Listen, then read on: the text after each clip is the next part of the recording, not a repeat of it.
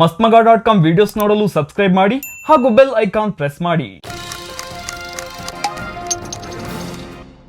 Hi friends, ಮಸ್ತ್ಮಗ.comಗೆ ಸ್ವಾಗತ. ನಾನು Amar Prasad. Friends, ಯುದ್ಧದ ಸಂದರ್ಭದಲ್ಲಿ ಅಥವಾ ಸೇನೆಯಲ್ಲಿ ಹಲವು ಪ್ರಾಣಿ ಪಕ್ಷಿಗಳನ್ನು ಬಳಸಿಕೊಳ್ಳೋದನ್ನು ನೋಡಿದ್ದೀವಿ, ಕೇಳಿದ್ದೀವಿ, ಓದಿರ್ತೀವಿ. ಕುರುಕ್ಷೇತ್ರ ಯುದ್ಧ ಆಗಿರಬಹುದು, 1ನೇ ಮತ್ತು 2ನೇ ಮಹಾಯುದ್ಧವೇ ಆಗಿರಬಹುದು, ಎಲ್ಲ ಕದನಗಳಲ್ಲೂ ಕೂಡ ಈ ಹಿಂದೆ ಪ್ರಾಣಿ ಪಕ್ಷಿಗಳು ಪ್ರಮುಖ ಪಾತ್ರ ವಹಿಸಿವೆ. ಒಂದೊಂದು ಪ್ರಾಣಿಯದ್ದು ಒಂದೊಂದು ರೀತಿಯ ಕೆಲಸ. ಕೆಲವನ್ನ ಸರಕು ಸಾಗಾಣಿಕೆ ಮಾಡೋಕೆ, ಇನ್ನು ಕೆಲವನ್ನ ಸಂದೇಶ ರವಾನಿಸೋಕೆ, ಇನ್ನು ಕೆಲವೊಂದನ್ನು ಶಸ್ತ್ರಾಸ್ತ್ರವಾಗಿ ಮತ್ತು ಕೆಲವನ್ನ ರಕ್ಷಣೆಗಾಗಿ ಬಳಸಿಕೊಳ್ಳಲಾಗಿತ್ತು. ಯುದ್ಧ ಗೆಲ್ಲಬೇಕು ಅನ್ನೋ ಒಂದೇ ಒಂದು ಉದ್ದೇಶಕ್ಕೆ ಲಕ್ಷಾಂತರ ಕೋಟ್ಯಾಂತರ ಪ್ರಾಣಿ ಪಕ್ಷಿಗಳ ಮಾರಣ ಹೋಮ ನಡೆದು ಹೋಗಿದೆ. ಬಾವಲಿಯಿಂದ ಹಿಡಿದು ಊಹಿಸಲಾಗದ ಪ್ರಾಣಿ ಪಕ್ಷಿ ಕ್ರಿಮಿಕೀಟಗಳನ್ನು ಕೂಡ ಯುದ್ಧಕ್ಕೆ ಬಳಸಿಕೊಳ್ಳಲಾಗಿತ್ತು ಅಂದರೆ ನಿಜಕ್ಕೂ ಶಾಕ್ ಆಗುತ್ತೆ. ಹಾಗಿದ್ರೆ ಯುದ್ಧಗಳಲ್ಲಿ ಬಳಸಿಕೊಳ್ಳಲಾದ ಪ್ರಾಣಿ ಪಕ್ಷಿ ಕ್ರಿಮಿಕೀಟಗಳು ಯಾವ್ಯಾವು, ಯಾವ ಉದ್ದೇಶಕ್ಕೆ ಅವುಗಳನ್ನು ಬಳಸಿಕೊಳ್ಳಲಾಗಿತ್ತು ಅನ್ನುವ ಅತ್ಯಂತ ಇಂಟ್ರೆಸ್ಟಿಂಗ್ ವಿಚಾರವನ್ನು ಈ ವರದಿಯಲ್ಲಿ ನಿಮಗೆ ತೋರಿಸ್ತಾ ಹೋಗ್ತೀವಿ ನೋಡಿ. ನಂಬರ್ 1, ಬಾವಲಿ. ಹೌದು, ಬಾವಲಿ. ಕೇಳೋಕೆ ವಿಚಿತ್ರ ಅನಿಸಿದ್ರು ಕೂಡ ಇದು ನಿಜ. 2ನೇ ಮಹಾಯುದ್ಧದ ಅಂತ್ಯದಲ್ಲಿ ಅಮೆರಿಕ ಈ ಬಾವಲಿ ಸ್ಫೋಟಕಗಳನ್ನು ಅಭಿವೃದ್ಧಿಪಡಿಸಿತು. ಎಲ್ಲಿದೆಯಲ್ಲ ಇದೆ ಅದು. ಇದರಲ್ಲಿ 1000ಕ್ಕೂ ಅಧಿಕ ಹೆಚ್ಚು ಚಿಕ್ಕ ಚಿಕ್ಕ ಕಂಪಾರ್ಟ್ಮೆಂಟ್ ಬಾಕ್ಸ್ಗಳಿದ್ವು. ಪ್ರತಿಯೊಂದು ಕಂಪಾರ್ಟ್ಮೆಂಟಲ್ಲೂ ಕೂಡ ಒಂದೊಂದು ಬಾವಲಿಯನ್ನು ಇಡಲಾಗ್ತಾ ಇತ್ತು. ಈ ಬಾವಲಿಗಳಿಗೆ ಸಣ್ಣ ಪ್ರಮಾಣದ ಸ್ಫೋಟಕಗಳನ್ನು ಅಟ್ಯಾಚ್ ಮಾಡಲಾಗ್ತಾ ಇತ್ತು.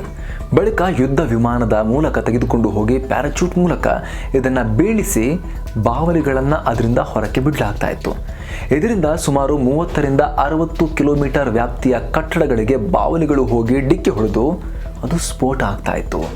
ಜಪಾನ್ ಮೇಲೆ ಇದನ್ನು ಪ್ರಯೋಗ ಮಾಡುವ ಪ್ಲಾನ್ ಮಾಡಿತ್ತು ಅಮೆರಿಕ. ಆದರೆ ಪ್ರಾಯೋಗಿಕ ಹಂತದಲ್ಲೇ ಕೆಲವೊಂದು ಬಾವಲಿಗಳು ಹಾರಿ ಹೋಗಿ ಅಮೆರಿಕದ್ದೇ ವಿಮಾನ ಮತ್ತು ಅಲ್ಲಿನ ಸೇನಾಧಿಕಾರಿಯೊಬ್ಬರ ಕಾರಿಗೇನೆ ಹಾನಿ ಮಾಡಿಬಿಟ್ಟಿದ್ವು. ಹೀಗಾಗಿ ಅಷ್ಟು ಪರಿಣಾಮಕಾರಿ ಆಗ್ತಾ ಇಲ್ಲ, ಇದು ವರ್ಕೌಟ್ ಆಗ್ತಾ ಇಲ್ಲ ಅಂತ ಹೇಳಿ ಬಳಿಕ ಈ ಪ್ಲಾನ್ ಅನ್ನು ಅಲ್ಲಿಗೆ ಕೈ ಬಿಡಲಾಯಿತು. ನಂಬರ್ 2, ಬೆಕ್ಕು.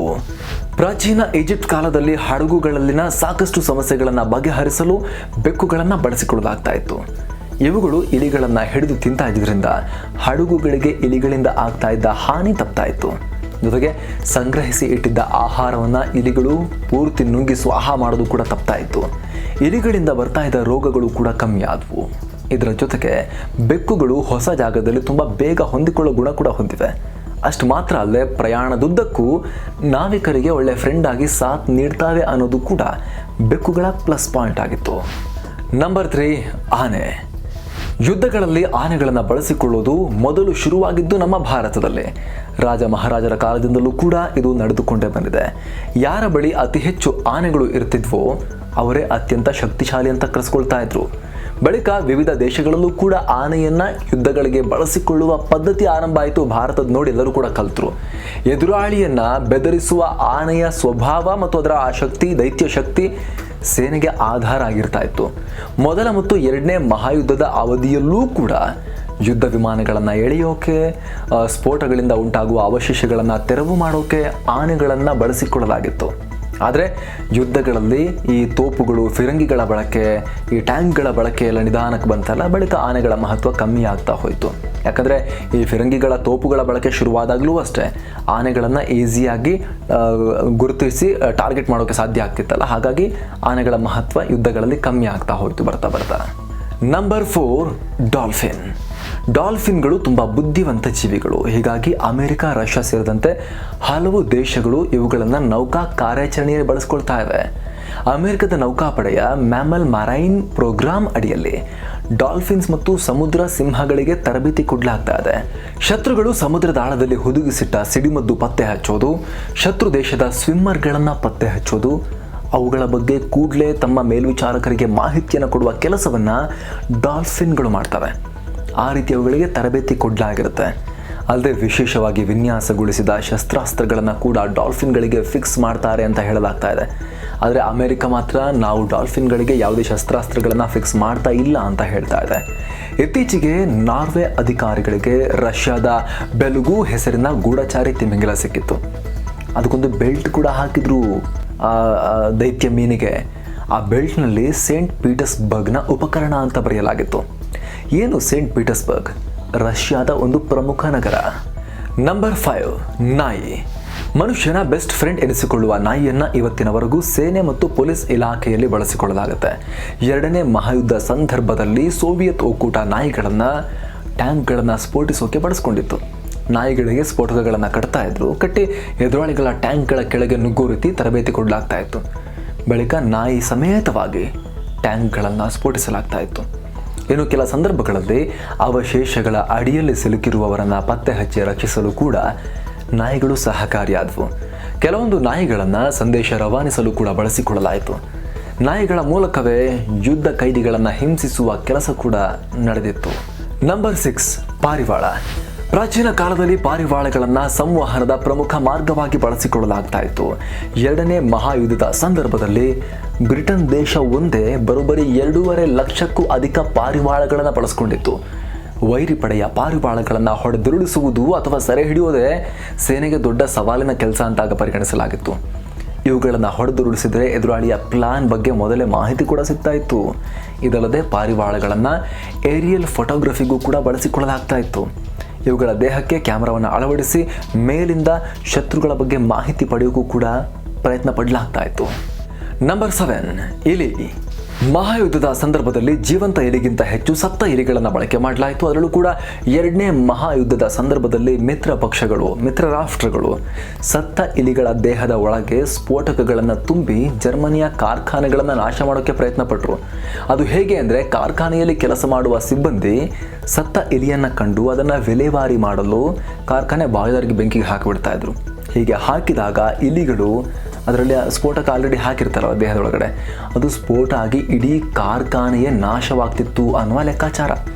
ಆದರೆ ನಾಜಿಗಳಿಗೆ ಬೇಗ ಇದು ಗೊತ್ತಾಗ್ಬಿಡ್ತು. ಹೀಗಾಗಿ ಎಲ್ಲ ಸತ್ತ ಇಲಿಗಳನ್ನು ಚೆಕ್ ಮಾಡಿ ವಿಲೇವಾರಿ ಮಾಡ್ತಿದ್ರು ಅವರು. ಹೀಗಾಗಿ ಇಲಿಯ ಅಸ್ತ್ರ ಸಂಪೂರ್ಣವಾಗಿ ಯಶಸ್ವಿ ಆಗದೆ ಹೋದರೂ ಕೂಡ ನಾಜಿಗಳು ಸತ್ತ ಇಲಿಗಳನ್ನು ಚೆಕ್ ಮಾಡೋಕ್ಕೆ ಟೈಮ್ ವೇಸ್ಟ್ ಆಗ್ತಿತ್ತಲ್ಲ, ಆ ಮಟ್ಟಿಗಾದರೂ ಕೂಡ ಇದು ಯಶಸ್ವಿ ಆಯಿತು ಅಂತ ಹೇಳ್ತಾರೆ. ನಂಬರ್ 8, ಕುದುರೆ. ಗಜಪಡೆ ರೀತಿ ಅಶ್ವಪಡೆ ಕೂಡ ಒಂದು. ಸೈನಿಕರನ್ನ ಯುದ್ಧ ಭೂಮಿಗೆ ಕರೆದೊಯ್ಯುವುದು ಮಾತ್ರವಲ್ಲದೆ ಯುದ್ಧದ ಕಾದಾಟದ ಸಂದರ್ಭದಲ್ಲೂ ಕೂಡ ಈ ಹಿಂದೆ ಕುದುರೆಗಳನ್ನು ಬಳಸಿಕೊಳ್ಳಲಾಗ್ತಿತ್ತು. ನಂತರದ ದಿನಗಳಲ್ಲಿ ಆಹಾರ, ನೀರು, ವೈದ್ಯಕೀಯ ಸಾಮಗ್ರಿ ಮತ್ತು ಮದ್ದುಗುಂಡುಗಳನ್ನು ಒಂದು ಪ್ರದೇಶದಿಂದ ಮತ್ತೊಂದು ಪ್ರದೇಶಕ್ಕೆ ಸಾಗಿಸಲು ಕೂಡ ಕುದುರೆಗಳನ್ನು ಬಳಸಿಕೊಳ್ಳಲಾಗ್ತಾ ಇತ್ತು. ಬರೀ ಇಷ್ಟೇ ಅಲ್ಲದೆ ಸರಕು ಸರಂಜಾಮುಗಳನ್ನು ತೆಗೆದುಕೊಂಡು ಹೋಗೋಕೆ ಕತ್ತೆ, ಒಂಟೆಗಳನ್ನು ಬಳಸಿಕೊಳ್ಳಲಾಯಿತು. ವಿಷಕಾರಿ ಅನಿಲವನ್ನು ಪತ್ತೆ ಹಚ್ಚಲು ಕ್ಯಾನರಿ ಪಕ್ಷಿ ಮತ್ತು ಇಲಿಗಳು ನೆರವಾದವು. ಸೈನಿಕರು ಅಡಗಿ ಕೂರುತ್ತಿದ್ದ ಕಂದಕಗಳಲ್ಲಿ ತೊಂದರೆ ಕೊಡ್ತಾ ಇದ್ದ ಇಲಿಗಳನ್ನ ಬೇಟೆಯಾಡಲು ಬೆಕ್ಕು ಮತ್ತು ನಾಯಿಗಳಿಗೆ ತರಬೇತಿ ಕೊಡಲಾಯಿತು. ಇದೇ ಕಂದಕಗಳಲ್ಲಿ ಬೆಳಕಿಗಾಗಿ ಮಿಣುಕು ಹುಳಗಳನ್ನ, ಗ್ಲೋಯಿಂಗ್ ವರ್ಮ್ಗಳನ್ನ ಬಳಸಲಾಯಿತು. ಇವುಗಳ ಬೆಳಕಿನಿಂದಲೇ ಸೈನಿಕರು ಗುಪ್ತಚರ ಸಂದೇಶಗಳನ್ನ, ವರದಿಗಳನ್ನ, ನಕ್ಷೆಗಳನ್ನ ಅಧ್ಯಯನ ಮಾಡ್ತಾ ಇದ್ರು. ಮೊದಲ ಮಹಾಯುದ್ಧದ ಸಂದರ್ಭದಲ್ಲಿ ತರಬೇತಿ ನೀಡಿದ ಗಿಳಿಗಳನ್ನ ಪ್ಯಾರಿಸ್ನ ಐಫೆಲ್ ಟವರ್ ಮೇಲೆ ನಿಯೋಜಿಸಲಾಗಿತ್ತು. ಯಾವುದಾದ್ರೂ ವೈರಿ ವಿಮಾನ ಬಂದರೆ ಮುಂಚೆನೇ ಮಾಹಿತಿ ಕೊಡೋದು ಇವುಗಳ ಕೆಲಸವಾಗಿತ್ತು. ಎರಡನೇ ಮಹಾಯುದ್ಧದ ಸಂದರ್ಭದಲ್ಲಿ ಚೀನಾದಲ್ಲಿ ಕಾಲರ ಮತ್ತು ಪ್ಲೇಗ್ ಹರಡಿಸಲು ಜಪಾನ್ ಏನು ಮಾಡಿತ್ತು ಗೊತ್ತಾ? ಕೀಟಗಳನ್ನು ಶಸ್ತ್ರಾಸ್ತ್ರಗಳ ರೀತಿಯಲ್ಲಿ ಬಳಸಲಾಗಿತ್ತು. ಜಪಾನಿನ ಯುದ್ಧ ವಿಮಾನಗಳ ಮೂಲಕ ಹೆಚ್ಚೆಚ್ಚು ಜನಸಂದಣಿ ಇರುವ ಚೀನಾದ ಪ್ರದೇಶಗಳಲ್ಲಿ ಮೊದಲಿಗೆ ಈ ಕೀಟಗಳಿಗೆ ಕಾಯಿಲೆ ಬರೆಸ್ತಾ ಇದ್ರು, ತಗೊಂಡೋಗಿ ಆ ಕೀಟಗಳನ್ನು ಬಿಡ್ತಾ ಇದ್ರು ಅಲ್ಲಿ. ಇದರಿಂದ ಸಾವಿರಾರು ಚೀನಿಯರು ಮೃತಪಟ್ಟರು ಅಂತ ಇತಿಹಾಸಕಾರರು ಹೇಳ್ತಾರೆ. ಜೊತೆಗೆ ಜಪಾನ್ನಲ್ಲೇ ತುಂಬ ಜನಕ್ಕೆ ಈ ಕೀಟಗಳಿಂದ ಕಾಯಿಲೆ ಬಂದು ಸತ್ತೋದ್ರು ಅಂತ ಕೂಡ ಹೇಳ್ತಾರೆ. ಇನ್ನು ಎರಡನೇ ಮಹಾಯುದ್ಧದ ಸಂದರ್ಭದಲ್ಲೇ ಕ್ಷಿಪಣಿಗಳ ಮೇಲೆ ಸವಾರಿ ಮಾಡಲು ಮತ್ತು ಶತ್ರು ಹಡಗುಗಳ ಬಗ್ಗೆ ಮಾಹಿತಿ ನೀಡುವಂತೆ ಪಾರಿವಾಳಗಳಿಗೆ ಅಮೆರಿಕ ತರಬೇತಿ ಕೊಡೋಕ್ಕೂ ಕೂಡ ಪ್ರಯತ್ನ ಪಟ್ಟಿತ್ತು. ಹೀಗೆ ಪ್ರಾಣಿ ಪಕ್ಷಿಗಳನ್ನು ಕೇವಲ ಕೆಲಸಕ್ಕಾಗಿ ಬಳಸದೆ ಯುದ್ಧದ ಸಂದರ್ಭಗಳಲ್ಲಿ ಸೈನಿಕರ ಆತ್ಮಸ್ಥೈರ್ಯ ಹೆಚ್ಚಿಸಲು ಕೂಡ ಬಳಸಲಾಯಿತು. ನಾಯಿ, ಬೆಕ್ಕು, ಕರಡಿ ಮತ್ತು ಸಿಂಹಗಳನ್ನು ಸಾಕು ಪ್ರಾಣಿಗಳ ರೀತಿ ಇಟ್ಟುಕೊಳ್ಳಲಾಗ್ತಾ ಇತ್ತು. ಈ ಮೂಲಕ ಸೈನಿಕರು ಸ್ವಲ್ಪ ಇನ್ಸ್ಪೈರ್ ಆಗಲಿ, ಸ್ವಲ್ಪ ಧೈರ್ಯ ತಂದ್ಕೊಳ್ಳಿ ಅಂಥೇಳಿ ಈ ರೀತಿ ಮಾಡಲಾಗ್ತಾ ಇತ್ತು. ಸೊ ಫ್ರೆಂಡ್ಸ್, ಇದಾಗಿತ್ತು ಮಾನವರು ಯಾವ ರೀತಿ ತಮ್ಮ ಯುದ್ಧಗಳಲ್ಲಿ ತಾವು ಕಾದಾಡೋಕೆ ಪ್ರಾಣಿಗಳನ್ನು ಯಾವ ರೀತಿ ಬಳಸ್ಕೊಳ್ತಾ ಇದ್ರು, ಯಾವ ರೀತಿ ಈ ಪ್ರಾಣಿ ಪಕ್ಷಿ ಕ್ರಿಮಿಕೀಟಗಳನ್ನು ಕೂಡ ಯುದ್ಧಗಳಿಗೆ ಇನ್ವಾಲ್ವ್ ಮಾಡ್ಕೊಳ್ತಾ ಇದ್ರು, ಅವುಗಳ ಬಳಕೆ ಯಾವ ರೀತಿ ನಡೀತಾ ಇತ್ತು ಅನ್ನೋದನ್ನು ನಿಮಗೆ ತಿಳಿಸಿಕೊಡುವ ಪ್ರಯತ್ನ. ಈ ವರದಿ ಇಷ್ಟ ಆಗಿದ್ರೆ ಲೈಕ್ ಮಾಡಿ, ಎಲ್ಲರಿಗೂ ಶೇರ್ ಮಾಡಿ. mastmaga.com ಈ ಚಾನಲ್ಗೆ ಸಬ್ಸ್ಕ್ರೈಬ್ ಆಗಿ ಪಕ್ಕದ ಬೆಲ್ ಐಕಾನ್ ಮೇಲೆ ಕ್ಲಿಕ್ ಮಾಡೋದನ್ನು ಯಾವುದೇ ಕಾರಣಕ್ಕೂ ಮರಿಬೇಡಿ. Thank you so much.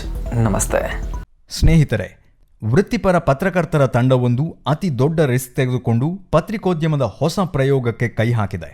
ಆ ಪ್ರಯೋಗವೇ mastmaga.com. ನಮ್ಮ ಪತ್ರಿಕೋದ್ಯಮಕ್ಕೆ ರಾಜಕಾರಣ ಹಾಗೂ ಐಡಿಯಾಲಜಿಗಳ ಸೋಂಕಿಲ್ಲ, ದೊಡ್ಡ ಉದ್ಯಮದ ಬೆಂಬಲವೂ ಇಲ್ಲ. ನಮ್ಮ ನಿಷ್ಪಕ್ಷಪಾತ ಪತ್ರಿಕೋದ್ಯಮವನ್ನ ಕನ್ನಡಿಗರಾದ ನೀವು ಮೆಚ್ಚಿದ್ದೀರಿ. ನಮ್ಮ ಈ ಕಾರ್ಯ ಹೀಗೆ ಮುಂದುವರಿಯಲು ಮತ್ತಷ್ಟು ಉತ್ತಮಗೊಳ್ಳಲು ನಿಮ್ಮ ಬೆಂಬಲ ಬೇಕು. ನೀವು ಜಾಯಿನ್ ಆಪ್ಷನ್ ಮೂಲಕ 59 ರೂಪಾಯಿಯಿಂದ ಆರಂಭವಾಗಿ ನಿಮಗೆ ಸಾಧ್ಯವಾದಷ್ಟು ನೆರವು ನೀಡಬಹುದು. ಚಾನಲ್ ಹೋಮ್ ಪೇಜ್ನಲ್ಲಿ, ಪ್ರತಿ ವಿಡಿಯೋ ಡಿಸ್ಕ್ರಿಪ್ಷನ್ನಲ್ಲಿ ಹಾಗೂ ಟಾಪ್ ಕಾಮೆಂಟ್ನಲ್ಲಿ ಜಾಯಿನ್ ಆಪ್ಷನ್ ಲಿಂಕ್ ಲಭ್ಯವಿದೆ. ಯಾರಿಗೆ ಸಾಧ್ಯವೋ ಅವರು ಮಾಡಬಹುದು. ಸಾಧ್ಯವಾಗದಿದ್ದವರು ಚಾನೆಲ್ನ ಸಬ್ಸ್ಕ್ರೈಬ್ ಮಾಡಿ ಪತ್ರಿಕೋದ್ಯಮದ ಈ ಹೊಸ ಪ್ರಯೋಗದ ಬಗ್ಗೆ ಎಲ್ಲರಿಗೂ ತಿಳಿಸಿ. ಇದು ಕೂಡ ನೀವು ನಮಗೆ ನೀಡೋ ದೊಡ್ಡ ಬೆಂಬಲವೆಂದೇ ನಾವು ನಂಬಿದ್ದೇವೆ. ಧನ್ಯವಾದಗಳು. ಇಂತಿ ನಿಮ್ಮ ಪ್ರೀತಿಯ mastmaga.com ನಿಷ್ಪಕ್ಷಪಾತ ಮಾಹಿತಿಗಾಗಿ.